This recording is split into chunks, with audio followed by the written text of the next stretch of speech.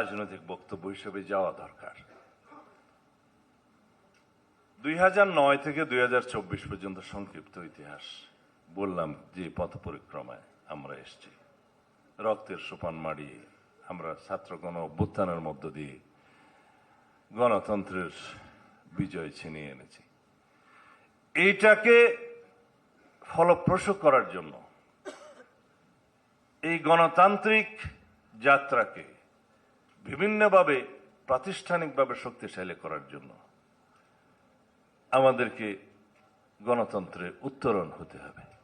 সেই গণতান্ত্রিক উত্তরণের একটি সফল ঘোষণা গতকালকে হয়েছে, যেটাকে আমরা তফসিল বলছি, নির্বাচনী তফসিল। এই তফসিলে অনেককে ভারাক্রান্ত হয়েছে,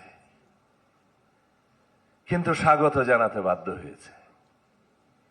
আমরা স্বাগত জানিয়েছি, সন্তুষ্টি প্রকাশ করেছি। আমরা বলেছি এই জন্যেই গণ অভ্যুত্থানের যত প্রত্যাশা, তার মধ্যে প্রধান এবং প্রাথমিক প্রত্যাশা ছিল জনগণের ভোটাধিকার নিশ্চিত করা, ভোটাধিকার অর্জন করা এবং ভোটাধিকার প্রয়োগ করার এই তফসিল ঘোষণা করা। এই তফসিল ঘোষণা পর্যন্ত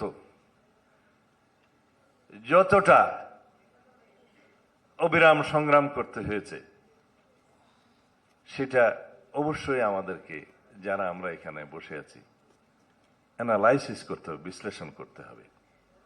আমরা গণতান্ত্রিক চর্চার মধ্যে গিয়েছি, আলাপ আলোচনার মধ্য দিয়ে গিয়েছি, সহিষ্ণুতার মধ্য দিয়ে গিয়েছি এবং আমরা বিজয় অর্জন করেছি। কেউ কেউ বলেছে নো পিআর, নো ইলেকশন। কেউ কেউ বলেছে আগে স্থানীয় সরকার ইলেকশন, না হলে নো ইলেকশন। আর কেউ কেউ বলেছে একই দিনে গণভোট আর হলে আমরা মানি না।